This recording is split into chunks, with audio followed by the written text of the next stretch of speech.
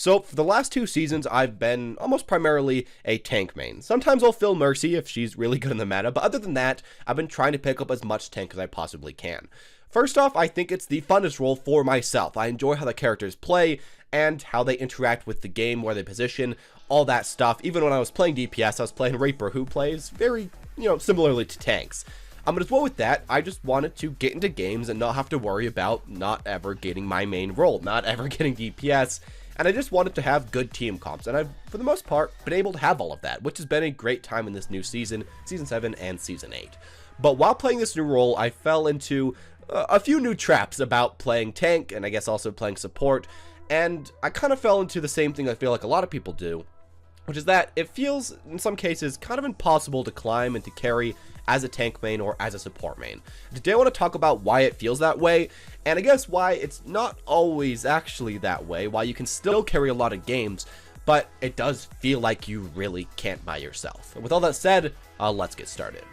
So the first thing I have to say is that a lot of people feel like they have almost no impact on a game as support or as tank, and that the characters really aren't going to be able to do way too much. But if you want to talk about impact and importance of characters, I think you should look no further than the metas that come up every single season.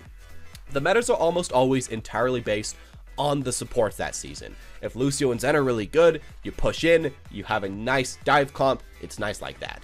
And then if Mercy's really good, well, you have a Mercy meta where people are just trying to counteract the Mercy. We've had that for quite a while, and I guess a spam meta coming from that as well.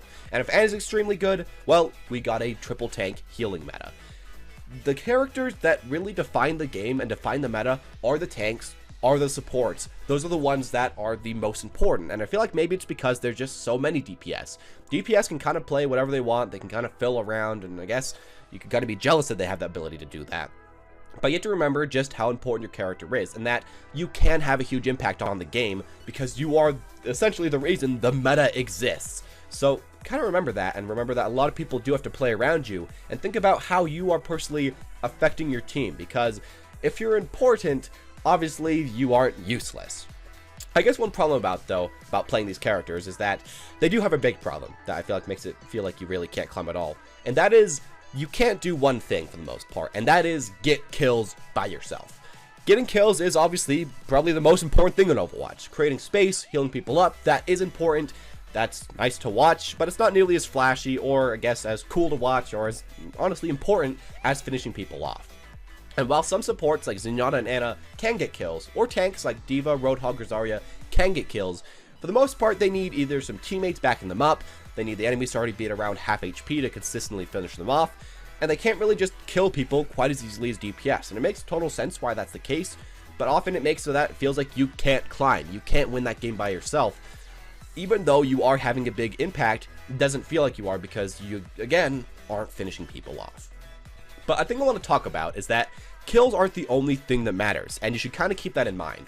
While it's the most obvious thing to watch for when you're seeing somebody climb or carry or anything like that, you're watching a top 500 player and they're getting kills left and right as Widowmaker, it's cool to watch, but it's not the most important thing all the time. If you can create a good amount of space or keep your teammates healthy, then you could honestly win a game just with that. If you're playing somebody like Winston, let's say, and you know when to go in, where to go in, and how to time it with your teammates, and the enemy Winston doesn't, your teammates can be significantly worse than the enemies, and you're still most likely going to win that fight, or still at least most likely be able to win that game. And that's something you kind of have to keep in mind. If you're creating the space, creating the openings, and allowing your DPS to, I guess, actively work, then that's great. And even if your DPS aren't that amazing, you can oftentimes enable your other supports and your other tanks. Let's say I'm playing with a Reinhardt and I'm D.Va. Oftentimes Reinhardt can push up, get me space to get close to the enemies. Maybe a Zenyatta on my team gets one of the enemy supports to half health just by luckily shooting them a few times. I can shift in, walk it at them, melee them, shoot them, hit them with the E, and kill them. And I don't even need my DPS, but still I needed some of my teammates. And I think that's an important thing you have to remember about this class, or both these classes. You kind of need your teammates to do stuff, but if you are being useful and if you are enabling them, they as well can do a lot more than the enemies. And I mean, it's not nearly as cool to think about, but I think it is just as important to think about. Now, one problem is that a lot of times it feels like your teammates are not using the space you're giving them or not using the healing that you're giving them. If that's the case, I feel like you should try to call out for your teammates what you want them to do. Of course, you can't always just expect your McCree to have perfect accuracy or your Widowmaker to get all these kills all over the place depending on your rank. But if you feel like you're seeing a big problem about them, like they're never pushing up with you as Winston and they're playing Genji, call it out to your teammates. Say, hey guys, I'm creating this space. I'm going in. I'm going to go in next time at this specific timing. I'll call it out. You guys go in with me. I'll make the space. I'll make the opening. You guys try to finish off the kills. And if you do that, it feels like a lot more of the cases you can carry that game. And I feel like the problem is that as tank, in order to climb, and as support, in order to climb, you kind of have to call out a lot more stuff because the DPS and even some of the other tank or support players are so focused on one thing. A lot of people tunnel vision, and if you can kind of open up their vision and open up their horizons, you can oftentimes win a game just with that and just by enabling a lot of your teammates, which is kind of cool. And I guess that's a general thing about this game and about playing tank and support. It's kind of hard to make huge plays by yourself. You kind of need your teammates to do stuff, but that's not saying that you 100% need your teammates to do everything. As Zarya, if you get a nice ult, doesn't even matter what your freaking TPS are doing. They could do whatever. They could both be dead. But if you're playing with a Reinhardt that starts swinging and an Ana that nanos somebody, you guys can win the team fight without your DPS. It's not always necessary to have great DPS.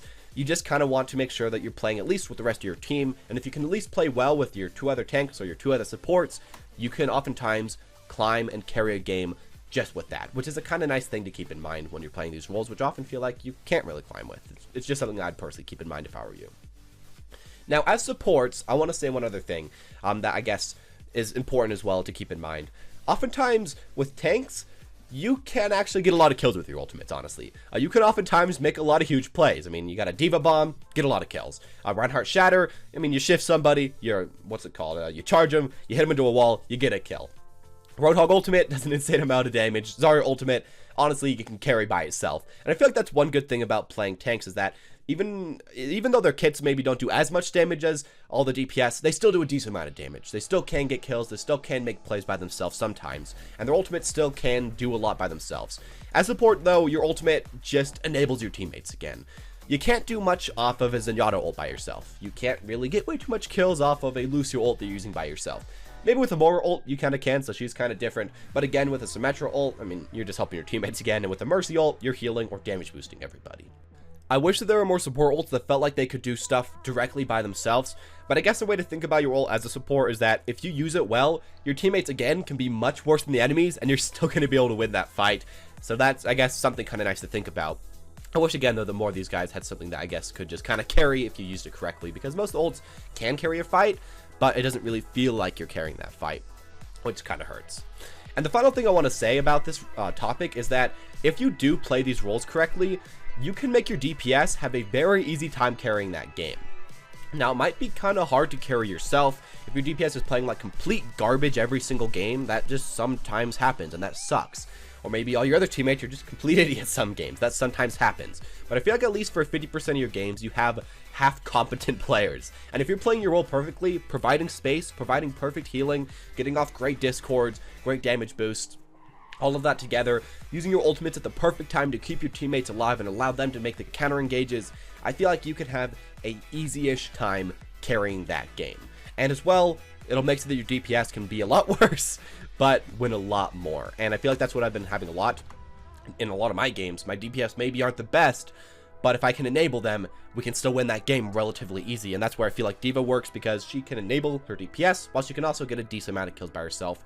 Overall, making it kind of nice. But I guess that's the final thing I want to say about why it feels kind of hard to carry this role, because oftentimes you aren't carrying yourself. You're enabling others to carry, and I guess by doing that, you are carrying, which is kind of confusing, but there you go with that. Now, the final thing I want to say about this, I guess that's a little bit different, is that if you keep getting into games and you feel like you just can't climb as a tank, or you just can't climb as a support, and you're just kind of staying at about the rank that you're at for a long time, what you can kind of do to fix this problem is by duo queuing or trio queuing. Now, personally, I have barely duoed or trioed in the past, but yesterday and the day before, I decided, hey, whatever, these guys invited me to join their trio. One was a support, one was a DPS, I'm a tank main, let's see how this goes. And we won 4 games in a row. Eventually, we did lose a game, But in general, I could supply the space, I could supply a decent amount of damage as D.Va or Reinhardt, and then I'd know that they'd be playing decently as well. And if I could enable them to play well, it fixed a lot of my problems, and it made so that I really could feel like I was carrying that game. And if you consistently win games, it really does feel like you are consistently carrying those. And again, I haven't duoed way too much in the past, but if you keep adding the best DPSs every single game to your to your friend list, a lot of times they'll eventually add you if you're doing half decent. And I don't know, maybe try to play with them and see what's going on. Now, I guess some people are gonna say, hey, you're just getting hard carried every single game. So, I mean, if you hate being called carried, then don't do that, I guess. Yeah, whatever. A lot of the times, though, these players only have around 50% win rates. It's just they kind of need somebody to enable them to do better. So, I mean, if you feel like you can do that, that's a thing that I'd personally recommend, because, yeah, it has helped me, I guess, win quite a few games, even though in the past, I really haven't duo queued that much. But anyways, these have all been my own ideas. Sorry, today I've been really sick, so I tried to make this video. I've made a lot of cuts throughout it.